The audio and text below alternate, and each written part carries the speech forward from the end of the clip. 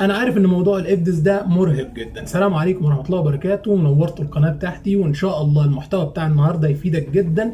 انا جايب لك اهم 10 اسئله بيسالهم المفتشين وان شاء الله يعجبك بعد ما تكون عملت سبسكرايب ولايك وشفت الفيديو من على اليوتيوب عشان تعرف تكتب لي تعليق كويس وتشترك في قناه الظباط وتكون شفت الحلقه او المحتوى بتاع كابتن باسو عشان تقدر تكمل معايا النهارده المحتوى.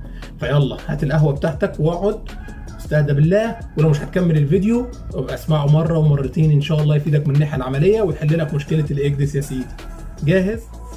فورورد اند افتر لاين كلير. يلا ستارت انجن، يلا بينا.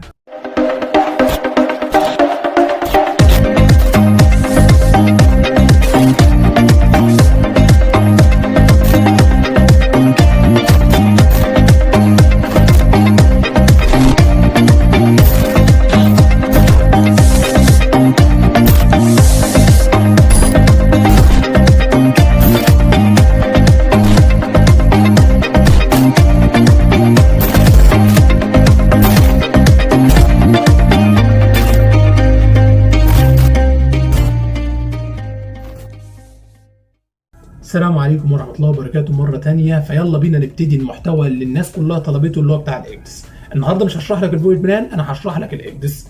ايه ال10 اسئله اللي بيسالهم المفتشين وهتلاقيهم في الناحيه العمليه. كنت مقرر ان انا اشرح ال10 اسئله على الاكدس نفسه اللي عندي هنا في المركب، ولكن قلت انا لو عملت يبقى انا بثبت لك خطوات معينه تمشي عليها، وانا مش عايز كده. انا عايزك تبقى فاهم ده بيزكس، اسئله كلها هتلاقيها في كل الاماكن اللي عندك، وده في الحاجات البيزكس بتاع الاكدس.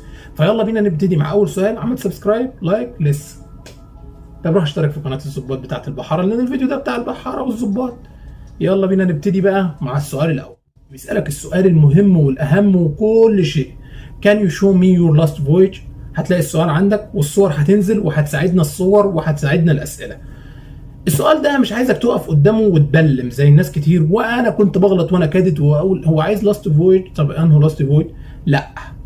شفت الحلقه بتاعت الكابتن باسو لما قال ان احنا الرحله بتاعتنا بتبتدي من بيرس وتنتهي للبيرس؟ البيرس اللي انت انتهيت فيه هو ده بيسموها لاست فويج، هي دي لاست فويج، الفويج بتاعتك. فما تتلخبطش.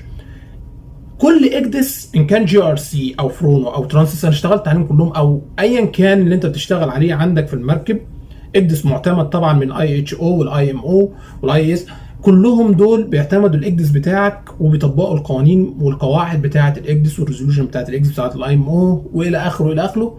فانت مش هتعرف الخطوات تجيبها ازاي غير لما تقرا المانوال. فهتجيب له الفويج بلان اللي عندك والفويج بلان اللي عند الاكدس. ودايما الغلطات بتبقى ان الفويج بلان لازم يتعمل لها ابديت لاخر حاجه انت دخلت عليها. يعني البايلوت لو قال لك غير الويب بوينتس او جالك من الفي تي اس غير الويب بوينتس دي معينه او غيرت انت حاجات في الرحله، لازم تكون كفرنج بالفويد بلان البيبر وورك اللي هي الايس بيبر، وكمان الفويد بلان على او الباسج بلان على الاكدس كلها. فدي اللاست فويد. هو عايز يبص على ايه؟ الحاجات اللي قالها الكابتن باسو اللي هي الباريل اندكس انت حاطه، النو جو اريا، ان الانفورميشنز بتاعت البورت، الكول ماسترز، 1 اور نوتس تو انجر روم، انت محدد الحاجات الاخطر اللي هتقابلك. وطبعا من الحاجات المهمه اللي بينساها كل واحد السكيورتي ليفل والبريدج واتش ليفل. كل الحاجات دي لازم تكون كفرنج في الفويد بلان. السؤال ده مهم جدا ولازم تجاوب عليه، انك تبقى عارف ازاي بتحمل الرحله بتاعتك اللي قبل كده اللي هي الاخيره بتاعتك على الاكدس اللي عندك. سهل. وتكون طبعا عامل كفرنج كل الحاجات اللي احنا هنشرحها قدام، يعني ايه بارل اندكس ويعني ايه بورت بوينت اللي هي مهمه جدا اللي انا شرحتها على التليجرام اللي عايزك تشترك معايا فيه. تعال نخش على السؤال الثاني. السؤال الثاني من المفتش: دو يو بيرفورم روت تشيك؟ يعني ايه؟ بعد ما الظابط الثاني او انت يلي بتسمعني رسمت الرحله بتاعتك لازم تعمل حاجه اسمها روت تشيك. بمعنى من اول ويب بوينت لاخر ويب بوينت عندك لازم تعرف كل الرحله بتاعتك دي ايه المخاطر اللي انت هتقابلها وتتفاداها. في اوبشن جميل جدا في الاكدس وده من احلى الحاجات اللي موجوده فيها، طبعا طبقا للقواعد بتاعه ان الاعتماد بتاع الاكدس لازم يكون في حاجه اسمها سيفتي تشيك حسب الاكدس اللي عندك. لو بنتكلم على الجي ار سي زي اللي عندنا في السوفت في الصوره كده، ده اسمه سيفتي تشيك. السيفتي تشيك ده اكنه بيراجع الرحله بتاعتك كلها وبيشوفها. بيجيب لك بقى الاب تو ديت، وبيجيب لك المخاطر اللي انت هتعدي عليها عن طريق اللون الاحمر اللي زي عندك ده الكوشنز مثلا، او حسب الاكدس اللي عندك هيجيب لك كل الحاجات ده. فانت لازم تبقى عارف ان انت لما بتيجي تعمل الرحله بتاعتك بتعمل سيفتي تشيك، وبتراجع الرحله بتاعتك كلها، بتشوف هو انت معدي منين. مثلا ممكن تكون معدي من منطقه عدم رمي وخطاف، منطقه عدم فيشنج بوت، داخل من سيبريشن زون غلط، داخل من ورك، داخل مثلا معدي من على راك، معدي من على بلاتفورم. كل الحاجات دي هو هيبدا يجيبها لك، وانت تبدا تمشي مع رحلتك وتحاول تظبطها. وطبعا هو بيجيبها لك حسب الكروس تراك ديستانس اللي انت عاملها. وكروس تراك ديستانس ليه قانون عندك في الشركه بتمشي عليه في النافيجيشن مانوال، بتشوف هل هو قد ايه. مثلا لو الشركه مثلا قايله في الكوستال تعمل قد ايه، وتعمل زي ما انت شايف كده في الروت تشيك، وتعمل انت المسافه بتاعتك اللي هي بتاعت الروت بلاننج. السؤال الثالث معانا how do you make sure your ANC corrected up to date. سؤال بسيط جدا. في الجي ار سي عندك اوبشن جميل زي اللي انت هتشوفه في الصوره كده، بتروح تجيب في الجي ار سي اسمه اي ان سي ابديت ريبورت، وتبص عليه وتشوف الريبورت. هو ايه الاي ان سي ابديت ريبورت؟ السكند اوفيسر لازم يبقى عارف ان كل اكدس فيه اي ان سي ابديت ريبورت بتستقبلها حسب بقى برامج، حسب الشركه متعاقده مع ايه الاوبريشن اللي ماشيه عندك، ولازم تعمل له ابديت ويكلي دايما، وتكون عارف انت واصل لحد ويك كام. تمام. كل اوفيسر واقف بقى في البريدج بيبقى عارف الاوبشنز ده، عشان لما المفتش يساله، لان انت لازم تبقى ضامن ان الاي ان سي ابديت ريبورت بتاعك واصل لحد الويك اللي احنا فعليا فيه. في الاي ان سي ابديت ريبورت هيظهر لك ان احنا واصلين لحد ويك كام، والتشارت كلها اللي عندك ابديت لحد كام، والفور ريبورت زي ما انت شايف في الصور كده كلهم كام وواصلين لحد امتى. سهل، بسيطه جدا. طيب انت عرفت تجيب الاي ان سي ابديت ريبورت، وشفت الانفورميشن والسمري والستاتس ريبورت، تمام جميل جدا. بس هو هيسال how do you know if you have all required ANC up to date. ازاي هتعرف ان الاي ان سي تشارت بتاعتك دي up to date؟ لو دخلت على كلمه السمري هتلاقي مثلا جايب لك النوت up to date زي اللي عندك في الصوره كده، في 3 تشارت مثلا مش موجودين عندك up to date، مش للويك اللي احنا فيه. فانت هتعمل ايه؟ هتعمل الاوبشن مثلا في الجي ار سي، هتعمل روت فلتر، وتبدا تبص على كل الرحله بتاعتك اللي عندك. فهيجي جايب لك التشارت اللي عندك التوتال مثلا في الفويد دي 33 تشارت، هيجي يقول لك مثلا 33 تشارت فيهم 3 مش نوت اب تو ديت. فهتدخل على الستاتس ريبورت بتاعتك وتشوف ليه هم مش كده، فهيظهر لك في الصوره زي ما انت شايف كده هم ليه مش نوت اب تو ديت. هيظهر لك بقى في الستاتس ريبورت هم مثلا الاكسباير ديت بتاعهم عدى، فانت محتاج ان انت تاخد اكشن تو بي انستولد عشان تبدا تكفرنج. اي ظابط تاني لازم يعمل كفرنج للتشارت بتاعته على الاقل. يعني انت مثلا داخل مينا في سنغافوره، فلازم تكون كل المنطقه بتاعت سنغافوره والخروج من الويست والايست والساوث على الاقل كفرنج. ليه؟ ما تعرفش ايه اللي ممكن يحصل وتخرج هنا وتروح او هنا وتروح هنا، فتبدا انت تبقى عارف ان التشارت بتاعتك كلها اللي انت هتمشي عليها كلها اب تو ديت، والاي ان سي ريبورت بتاعك اب تو ديت. 50 ميل عشان مثلا لو انت هتخرج تبقى معاك 4-5 ساعات لو في مثلا تشارت لسه مش جاهزه، لو اي حاجه. وبعدين عشان على الاقل وانت خارج من المينا يكون لو عندك بايلوت طالع مثلا والرحله طويله، فيكون عنده كفرنج 4-5 ساعات لحد ما تقدر تطلب اللي جاي وتعمل له اب تو ديت، لو انت ما عندكش تايم قليل جدا وجات لك معلومات عن الرحله بسرعه. ده اذا كان ما يفضل ان انت يبقى عندك اكتر وقت، 10 ساعات يوم كامل التشارت كلها كفرنج للموضوع، فتبقى انت حاسس بالسيف وخارج في امان كبير جدا وما عندكش ايرور. طيب كده تكون جاوبت السؤال بتاع الاي ان سي ريبورت وهاو دو يو ميك شور كلهم، ورديت على المفتش باستفاضه كامله. طبعا تفرق من جهاز لجهاز، بس كلهم واحد زي ما قلت لك. انت هتجيب الاي ان سي ابديت ريبورت او الستاتس ريبورت حسب الاكدس اللي عندك، وتبص عليه وتشوف التشارت بتاعتك كلها ان كان عندك سامري مثلا او ايا كان. ولازم تبقى عارف انت بتستقبل الاي ان سي ابديت ريبورت بتاعتك عن ايه. يعني مثلا ممكن يكون شارتكو او اي برنامج انت بتستخدمه الشركه متعاقده معاه، فبيبعت لك الحاجات دي مثلا عن طريق الادميرالتي، واخد رخصه واخد شهاده وكل الكلام ده، وبيطلع لك شهاده بيها ويكلي. موضوع تاني هندخل فيه، بس خلينا في ال10 اسئله. المفتش دايما بيسالوا لكل الظباط والاباطين هاو دو يو بلوت نافيجيشن وورنينج. زي ما احنا قلنا احنا عندنا تايم سيفتي انفورميشن دي بتجي لنا عن طريق النافتكس، وقلنا بتجي لنا عن طريق الام ار سات سي اللي هو الاي جي سي سيفتي نت، او الاوبشن تاني فليت نت، او كل حسب الشركه متعاقده معايا. عنها اوبشنز اسمه النافيجيشن وورنينج، وده من اهم الحاجات للظبط. ازاي هتعمل بلوت ليهم؟ الف ب بحر لاي ضابط لازم يبقى عارف وهو واقف في الورديه بيعمل نافيجيشن مورنينج بلوت ازاي. مثلا جاي لك منطقه هيتم فيها تدريب، منطقه هيتم فيها امداد كيبل، منطقه محظوره فيها الملاحه، منطقه فيها مركب غرقت، فدي كلها نافيجيشن مورنينج، مان اوفر بورد، كل الحاجات دي. في الجي ار سي في حاجه اسمها يوزر تشارت، دايما الناس هتلاقيني بنطق الجي ار سي ليه؟ لان انا بستخدمه بقالي فتره. طيب لو رحت للترانسيس برضه هتلاقي في حاجه اسمها مانوال كوريكشن. حلو. فانت في الحالتين دول هتروح تاخد المانوال كوريكشن وهتلاقي فيها الاوبشنز لاين، سيركولر، حسب الحاجه اللي انت عايز تعمل لها بلوت، وتعمل لها بلوت على الاكدس، وتبقى دي هي النافيجيشن وورنينج بتاعتك. وعن طريق اللوك اهيد وانت ماشي في البحر هيبقى لو دخلت على المنطقه دي مثلا حسب السيكتور اللي انت عامله والويت اللي عاملها الزاويه نفسها، فلو دخلت عليها فهيديك وورنينج ان انت داخل على الخطر اللي انت عامله.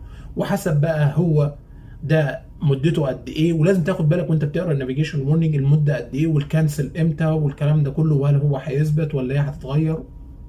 ليها قصه ثانيه احنا شرحناها في النافتكس، بروح شوف فيديو. السؤال السادس: What IHO presentation library your ECDIS use؟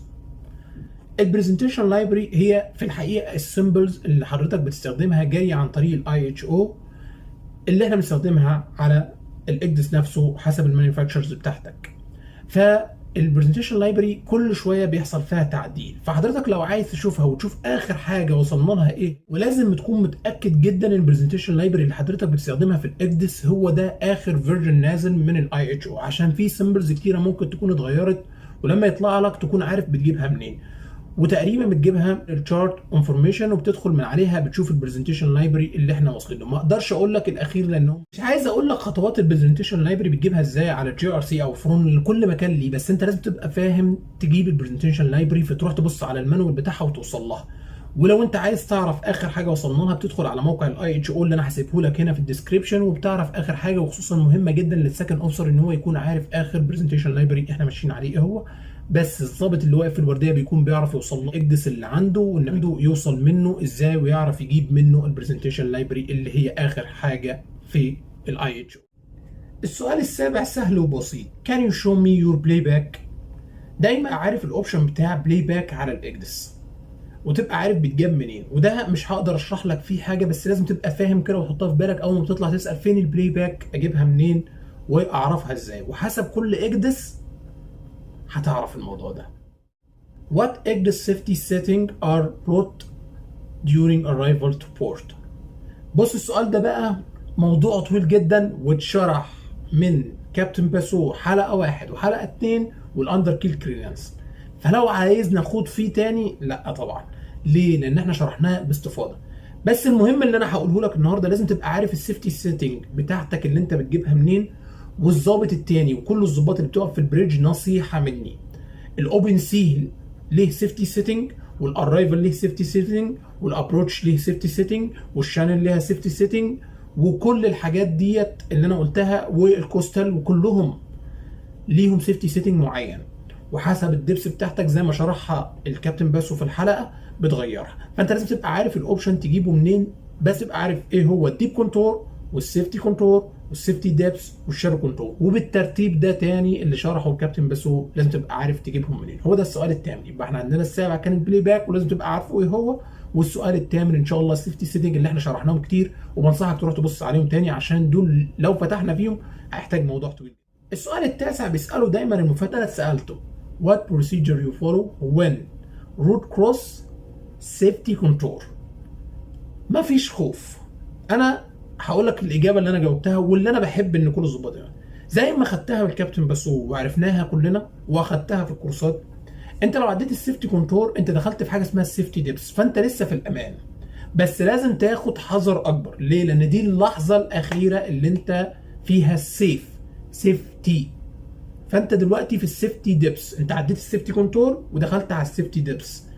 فلو انت مثلا السيفتي كنترول بتاعك 14، السيفتي ديبس برضو بتاعك 14، وده اخر حاجه. الشالو كنترول ممكن يبقى 10 او 9 حسب بقى البروسيجر اللي انت ماشي عليها في الشركه واللي شرحها الكابتن باسو. فانت دلوقتي مفيش اي حاجه، بس انت هتاخد كوشن اكتر لان انت ما عادش ينفع تعدي دي، ولو حاولت تتفاداها وتطلع بره منها دي بس الاجابه اللي هتخليه مقتنع ان انت لو عديت السيفتي كنترول مفيش حاجه، بس ده اليرت ده حذر كبير جدا. انت دلوقتي بقيت في السيفتي تيبس، فانت لازم تبقى واخد بالك انك ما تعديش اكتر من كده اللي هو الشالو كونتور. وانصحك تروح تبص على الفيديو بتاع كابتن باسون. حلو حلو. وادي الاسئله كلها بدانا نجاوبها. اخر سؤال السكيل مينيمم. السكيل مينيمم ده انا شرحته في التليجرام، وكل الاسئله دي انا هجاوبها تاني في التليجرام، فلو انت عايز تكمل معايا هناك هقولها باستفاضه عشان ما اطولش الفيديو، وانا قلتها هنا برضو باستفاضه، وفي فيديوهات تانية قلناها فيها باستفاضه. ده انا شرحت السكيل مينيمم زي ما انت شايف كده، وقلت لك ان في حاجه اسمها هاربر سكيل وابروتش سكيل وكوستال سكيل واوبن سيكو سكيل واوفر فيو سكيل. كل الحاجات دي بتظهر فيها حاجات معينه. هيكون في الاي ان سي اللي عندك والاكدس بتاعك ممكن ما يظهرلكش بعض البيانات المهمه اللي انت تحتاج. لو متحدد مثلا عندك السكيل مينيمم ولازم تبقى عارفها جدا في المانوال بتاع الاكدس اللي عندك. لو مثلا واحد مثلا ديسيمال 50,000 مثلا، ده اللي هو الزوم الموجود في الاريا، فهتلاقي مثلا ممكن حاجات تختفي وحاجات ممكن ما تختفي. طب ازاي تستخدم السكيل مينيمم الصح وتستخدم الاوبشن اللي هو موجود عندك في السيتنجز اللي موجوده في حسب الاكدس اللي عندك، وتبقى عارف الاوبشن بتاع السكيل مينيمم ده قوي؟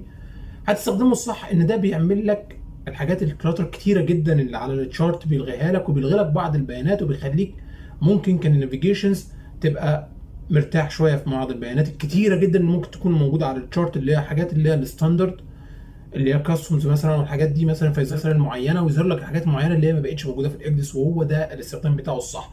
بس ده بيفضل ان انت ما تستخدموش في كل الاماكن، وما يكونش الاوبشنز اللي متاحه دايما على طول معاك. تمام.